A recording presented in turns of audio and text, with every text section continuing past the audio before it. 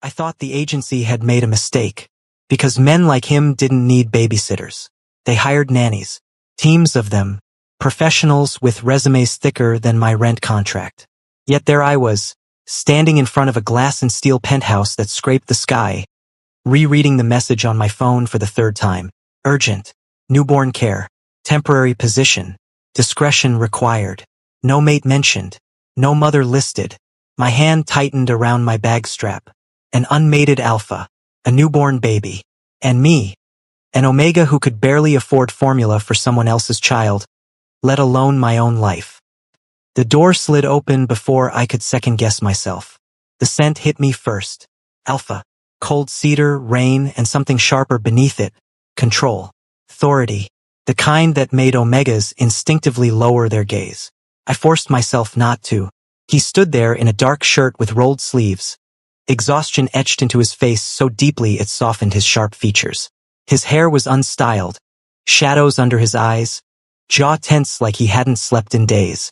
"You're late," he said, voice low. "I'm on time," I corrected quietly, holding up my phone. "Exactly 9. His eyes flicked to the screen, then back to me, assessing, measuring, not interested, just wary. "Come in." The penthouse was too quiet. No music, no television, no life, just floor-to-ceiling windows, pale walls, and the soft hum of something mechanical in the distance. Then I heard it, a thin, broken sound, a cry. My steps slowed without permission. Every omega instinct in me turned toward it, heart tightening painfully in my chest. "She's in the nursery," the alpha said stiffly, watching me too closely. "I don't need bonding.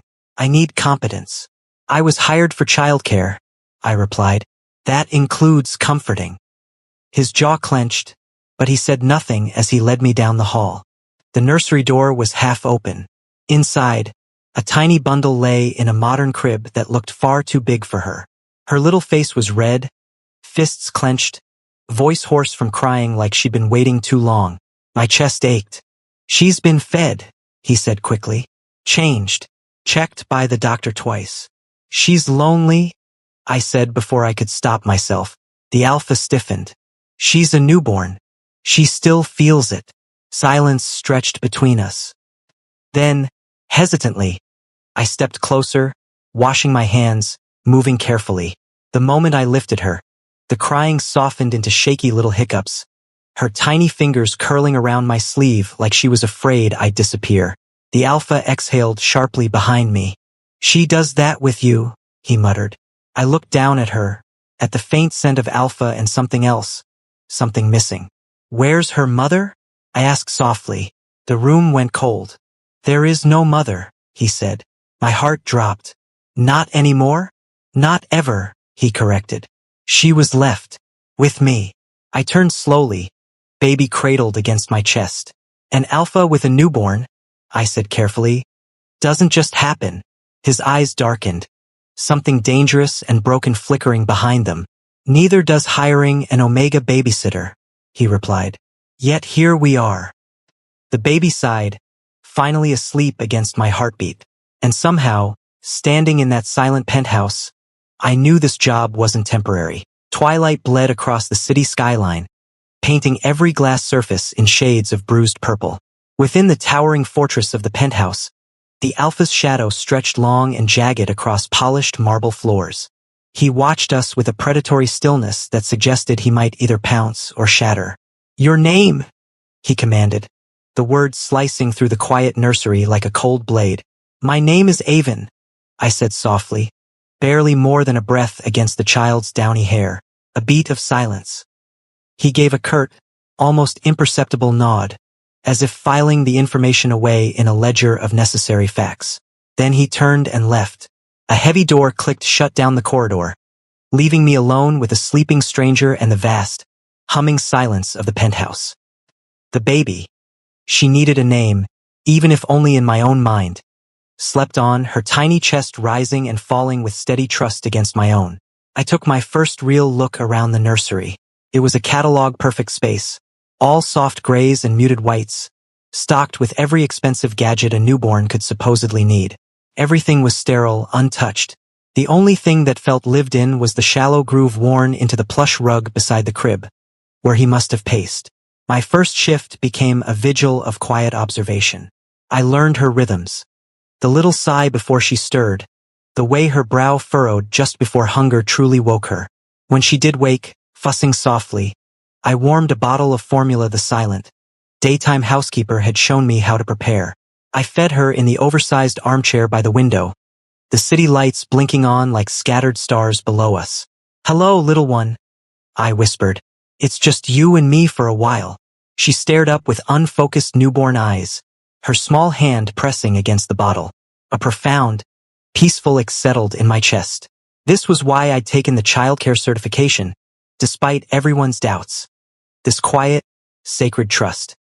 It was near midnight when soft footsteps paused outside the nursery door. I knew it was him. I felt the shift in the air, the subtle, charged pressure of an alpha's presence even through the wood. "Come in," I said, not looking up as I gently burped her against my shoulder. The door opened. He stood on the threshold, still in his dark shirt, more rumpled now, exhaustion etched deeper into his face. He didn't enter fully, as if the nursery had become my domain. "Is she? She's fed, changed, and back to sleep," I said, laying her carefully in the crib. "She has a good, strong heartbeat." The words slipped out, an instinctive omega reassurance to an alpha about his young. He flinched as if struck. When I turned, he was staring at the wall, his profile a hard line in the dim night light, one hand braced against the doorframe. "She died," he said at last, voice flat, toneless, dragged from some deep wounded place. "The childbirth. There were complications." A pause. "She was a beta from the agency. Contract. It was meant to be simple." The confession hung in the air, stark and devastating. Not ever. Now I understood. There was no love story, no mate. Only a clinical arrangement that ended in tragedy, leaving this powerful, isolated man with a child he never expected to raise alone and a grief he didn't know how to carry. "I'm so sorry," I said, and I meant it for all of it. For his loss, for her fate, for the overwhelming loneliness of this beautiful empty penthouse with a new life at its center. He finally looked at me, his gaze no longer merely wary, but raw. "I don't know what she needs," he admitted, the words costing him. "I've read every book, hired consultants, but when she cries..." His voice faltered, the sentence crumbling into the quiet. "You learn," I said softly, taking a careful step closer. Close enough to be heard, not close enough to intrude. "You learn by being with her. She just needs to know you're here, that she's not alone in all this space." He glanced at the crib, then back at me. A long moment passed where the only sound was the soft, sleeping breath of his daughter. "What do I do first?" he asked. The command was gone, replaced by a gruff, hesitant uncertainty. I smiled just a little. "You could start by giving her a name." He blinked, startled, as if the most fundamental task had been lost in the chaos of his grief. Then he moved, finally crossing the threshold. He stopped beside the crib, looking down at his daughter as his expression shifted from pain to a dawning, terrifying tenderness. "Ilara," he murmured, almost to himself. "Her name is Ilara." It was a beautiful name, Starlight. "She suits it," I whispered. He didn't thank me. He didn't need to. The tightness in his shoulders eased, just a fraction, and the jagged shadow he cast softened. "Get some rest, Avon," he said, my name unfamiliar yet deliberate on his tongue. "There's a guest room down the hall. I'll stay here for a while." It wasn't a dismissal. It was the first fragile sign of trust, of sharing the vigil. As I slipped into the dim hallway, I glanced back. He had settled stiffly into the armchair by the crib, his large frame awkward but resolute, his gaze fixed on the small, sleeping form of Ilara. Sleep in the guest room was a shallow, restless thing. The bed was a cloud, the linen smelled of expensive lavender, but my omega senses were stretched thin, tuned to two distinct frequencies down the hall. One was the soft, new spark of Ilara, milk and sleep and innocent need. The other was him, the alpha, a low, constant hum of cedar and rain, now threaded through with a new, aching note, grief, and the terrifying weight of responsibility. I woke before dawn, the sky a deep indigo. The penthouse was silent, but it was a different silence. It wasn't empty. It was holding its breath. I padded softly to the nursery. The door was still ajar. He was asleep in the armchair, his long legs stretched out, head tipped back against the cushion. In the crib, Alara slept peacefully. On the rug between them, lying where it must have slipped from his hand, was a small, leather-bound book. A ledger, perhaps, or a journal. But it was his face that made my breath catch. In sleep, the harsh lines of control had completely dissolved. He looked younger, stripped bare. The shadows under his eyes were purpled bruises against his pale skin, and his brow was faintly pinched, as if even his dreams were heavy. I should have left. I should have gone to the kitchen to prepare the first bottle. But I was rooted to the spot, an intruder on this raw, private scene. This was the man behind the title, behind the wealth and the sharp words. A man drowning. Alara made a small, snuffling sound. His eyes flew open instantly.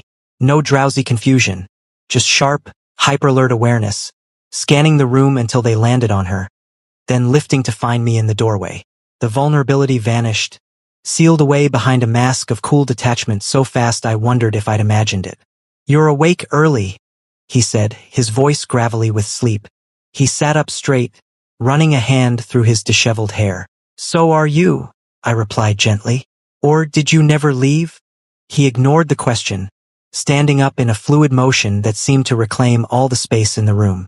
He glanced at the ledger on the floor but didn't pick it up. "She slept for 3 hours straight after you left.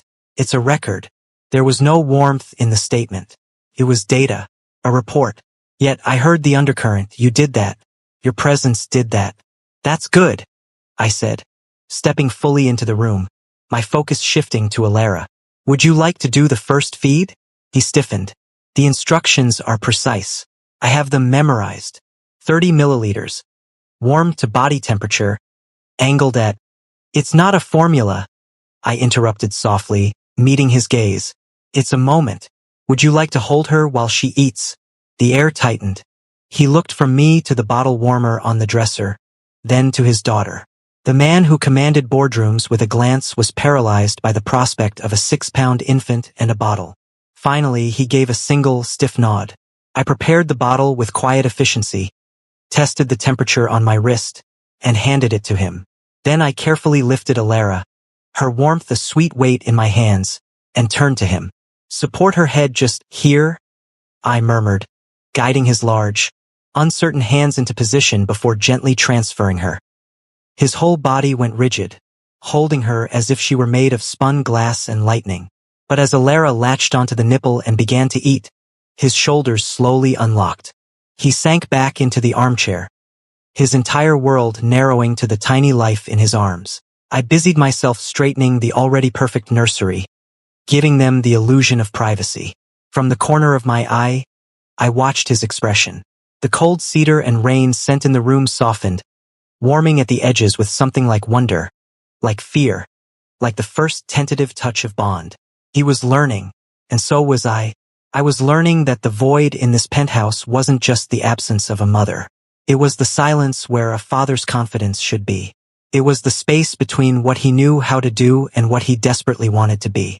And as I watched him trace a single, hesitant finger over Alara's minute fist, I realized my job was no longer about filling the emptiness. It was about showing him how to build a world within it. The golden hour of the morning didn't last. That soft, fragile peace we had forged over the bottle began to evaporate as the city below fully shook itself awake.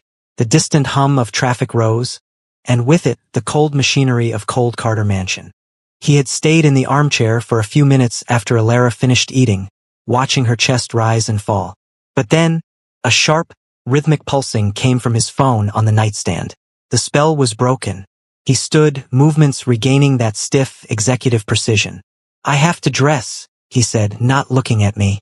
"There is a car coming." "Of course," I replied, gathering the empty bottle. "I'll take her." By the time I had settled Alara back into her crib and moved to the kitchen, the penthouse had shifted. The warm scent of milk was being overtaken by the ozone of high-end electronics and the sharp, bitter aroma of the espresso machine. Then the elevator chimed. A man stepped out into the foyer, polished shoes clicking with an aggressive cadence against the marble. He was a beta, radiating frantic, scentless energy that felt like a jagged edge in this quiet sanctuary. He clutched a leather briefcase like a shield. The board is asking questions. Dominic? The newcomer barked, voice echoing off the floor-to-ceiling glass. Your absence was noted. Rumors about the surrogacy are starting to leak past the NDAs. Dominic. So that was the Alpha's first name. Heavy. Full. Like it carried the weight of the city itself. Dominic emerged from his room, now armored in a charcoal suit that erased the tired father I had seen an hour ago. I am handling it, Marcus, he replied, voice low and warning. You're hiding, Marcus countered, pacing the living area. An unmated alpha with a newborn looks like a liability. They want stability, a plan for an heir, one that doesn't involve a legal nightmare. I stood frozen by the kitchen island, damp cloth clutched in my hand. Marcus stopped mid-stride, eyes narrowing as they landed on me. And who is this? Dominic didn't turn. The help. The word stung. A cold, tiny needle of reality. To Marcus, I was a variable. To Dominic, in front of an audience, I was a line item. An Omega? Marcus's eyebrows climbed. In your living quarters? Dominic, the optics are disastrous. If the press thinks you've brought in a paramour to cover the scandal, he is a certified specialist, Dominic growled, the sound vibrating in my chest. Nothing more. Then get a beta. Someone who doesn't leave a scent trail across the executive suite. It's distracting. The silence that followed was suffocating. I felt the instinctive urge to lower my head, to disappear into the nursery shadows. But Dominic didn't agree. He didn't dismiss me. Instead, he walked toward the window, looking out at the skyline he was supposed to lead. The meeting is over, Marcus, he stated. Tell the PR team the truth that I am a father. The rest is none of their concern. As the elevator doors slid shut behind a sputtering Marcus, the tension lingered. Dominic turned, eyes searching mine with a desperate, quiet intensity. He's right about the scent, he said, voice a raspy shadow of its usual command. You're everywhere now. The nursery, the hall, even here. I looked at my hands, heat rising to my neck. I can use suppressants, if it makes things easier for your work. He took a step forward, then another until the warmth of his body became a tangible weight. He didn't touch me, but leaned in, inhaling deeply near my temple. Don't, he commanded softly. The house finally smells alive with her, with you. If you take that away, I think the silence might actually kill me. Silence expanded in the wake of his words. The hum of the elevator's descent was a distant ghost. My own heartbeat was a drum in my ears, loud enough, I was sure, for him to hear. Don't. A single word, a command that felt like a caress. An alpha asking an omega not to hide. It was the most vulnerable order I'd ever been given. I couldn't move. His proximity was a physical force, warming the air between us. The clean, cold scent of him, cedar and rain, was now layered with something warmer, richer. The espresso, the faint, sweet trace of Alera on his collar. And beneath it all, the raw, unmasked fatigue of a man holding up a crumbling world. I should check on her, I whispered, my voice unsteady. It was an escape route I had to offer us both. He didn't step back. His gaze held mine, searching for something. Revulsion? Pity? He found neither. After a beat that stretched my nerves thin, he gave a curt nod and finally turned away, breaking the charged space between us. I have meetings that cannot be rescheduled, he said, his voice returning to its usual, clipped tone, though it lacked its former sharpness. He straightened his cufflinks, a gesture that seemed to reassemble his armor. You have my number. Call. For anything. The day took on a strange, dual rhythm. In the nursery with Alera, time was soft and measured by ounces and lullabies.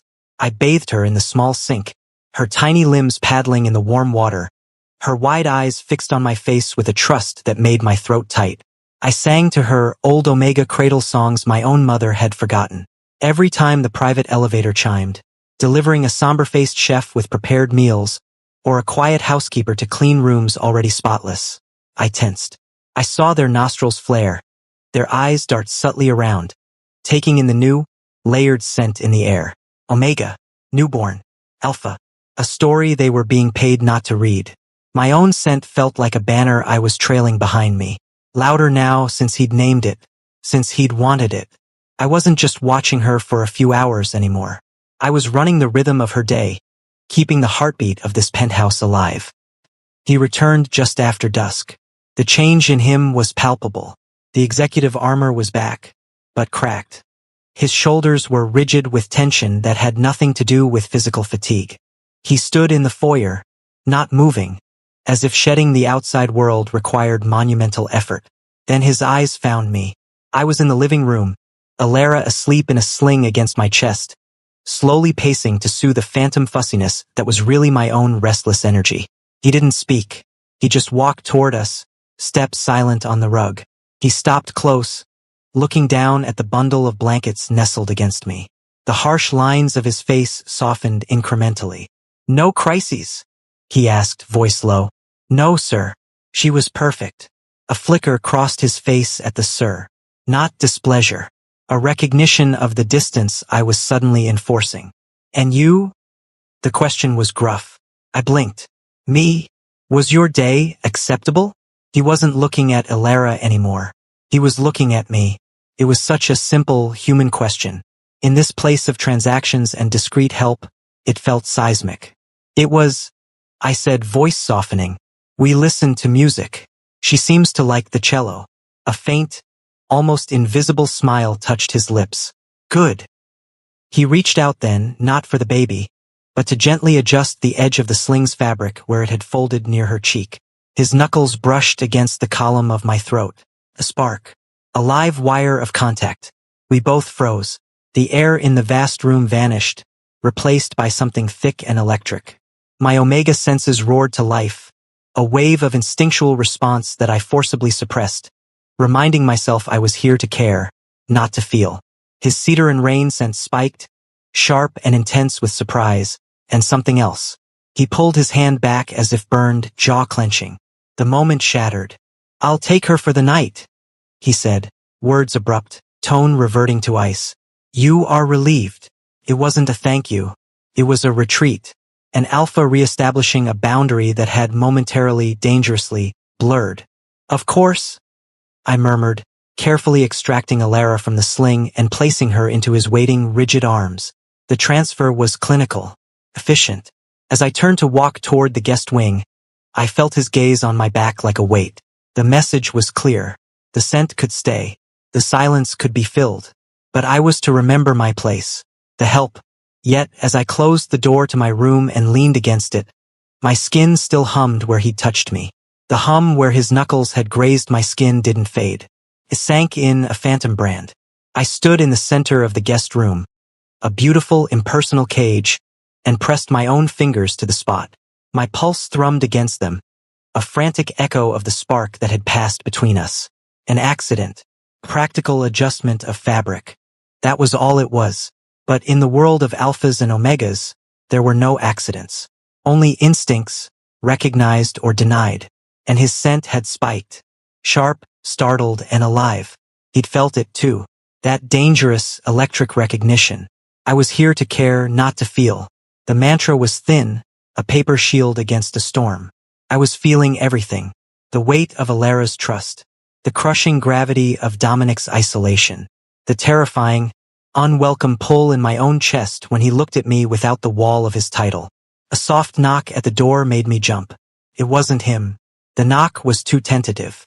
I opened it to find the evening housekeeper, an older beta woman with kind, tired eyes.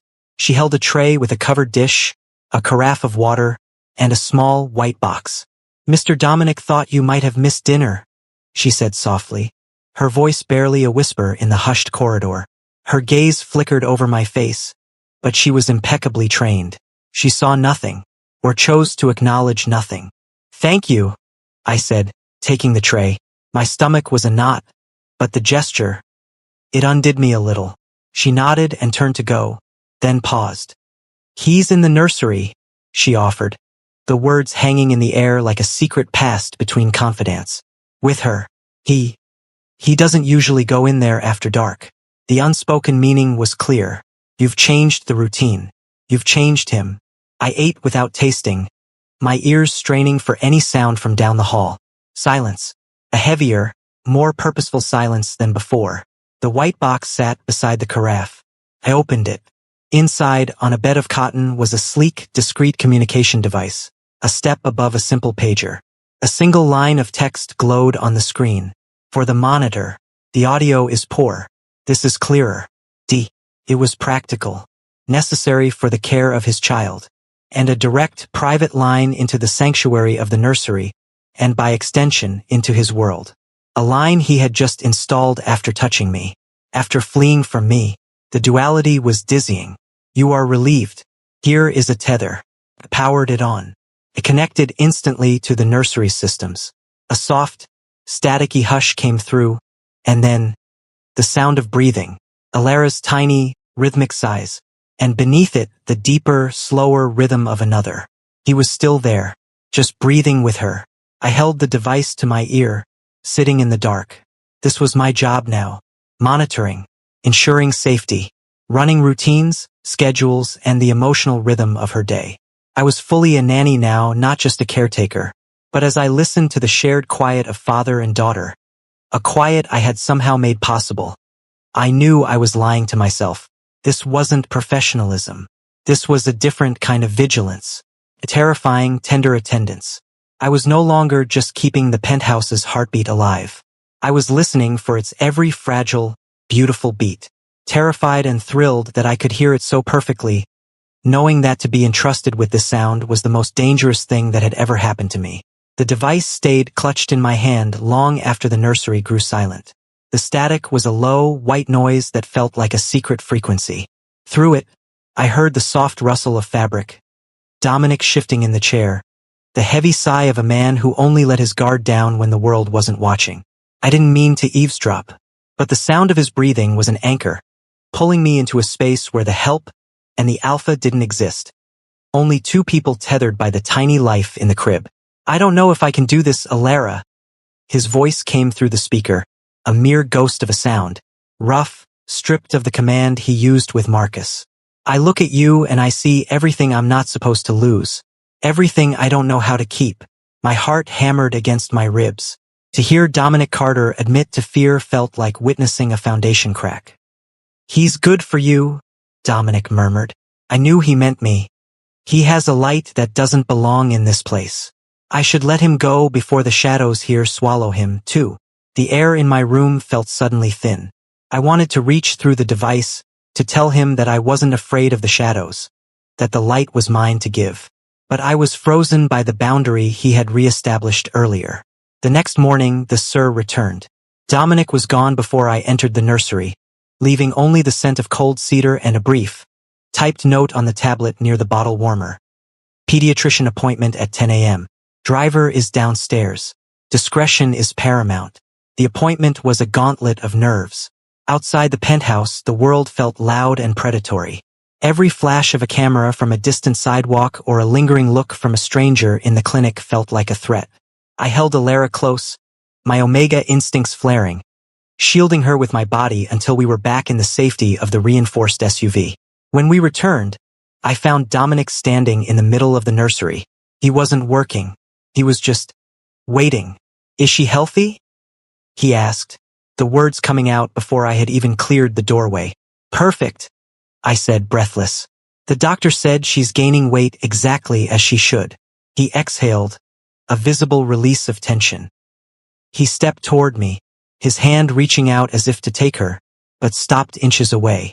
The memory of our skin touching last night hung in the air like an unexploded charge. The board called an emergency session, he said, voice low. Marcus told them about the Omega scent in the house. They're claiming I'm compromised, that my instincts are overriding my judgment. Because you're caring for your daughter? I asked, a spark of anger cutting through my usual deference. Because they think I found a mate I'm hiding, he countered, eyes locking onto mine with a terrifying intensity. They think you're the reason I'm distracted. I took a step back, the weight of his world pressing in on me. I can leave, Dominic. If my presence is a liability. No. The word was a roar. A true alpha's command vibrating through the floorboards. He crossed the distance in a single stride, his hand finally coming up to cup my jaw. His thumb brushed my lower lip, his scent exploding into the room. Wild, territorial, fiercely protective.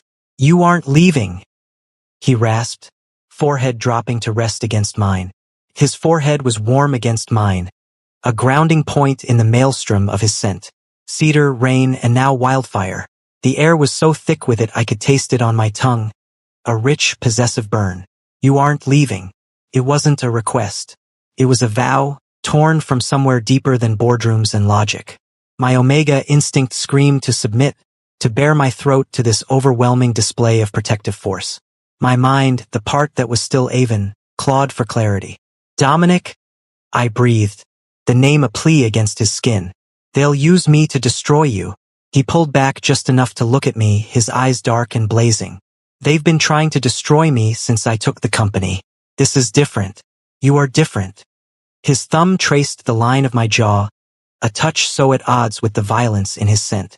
They see a liability, a scandal. They don't see that you are the only reason this penthouse is a home. The only reason I remember how to breathe. Alara chose that moment to stir in my arms, letting out a soft, sleepy coo. The sound sliced through the intensity, a reminder of the tiny, fragile heart at the center of the storm. Dominic's gaze dropped to her, and the wildfire in his eyes banked, softening into something unbearably tender.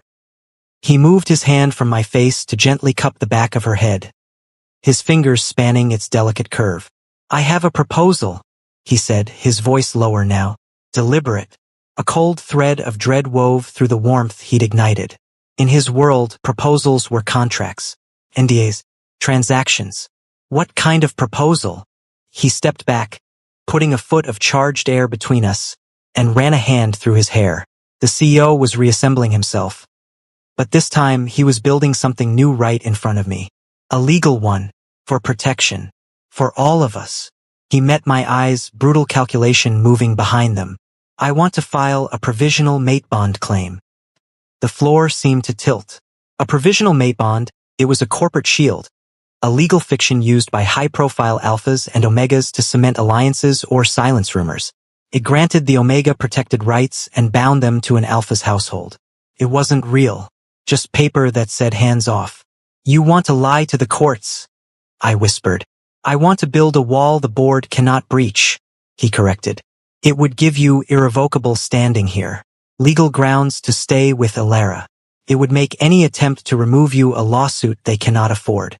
In the eyes of the world, you would be under my protection. Permanently, permanently, the word echoed. Everything I had started to crave, offered in the cold language of strategy. And in your eyes? I asked softly, my voice trembling. What would I be in your eyes, Dominic? He closed the distance again, but didn't touch me. He let his scent wrap around me, an answer more honest than words. You would be the man who saved my daughter, he said, and the man who is saving me. He paused, the mask gone completely, leaving only terrifying truth.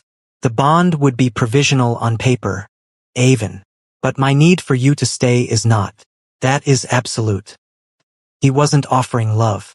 He was offering a fortress, asking me to step inside and lock the door with him, turning something fragile and real into a legal weapon. Outside, the city gleamed, indifferent. In here, the choice was a chasm. I looked down at Alara, her lashes fanning against her cheeks. A business arrangement, a fortress built on a legal lie, permanence born of convenience. I lifted my gaze back to him. No, the word was quiet, final. It didn't shatter the tension.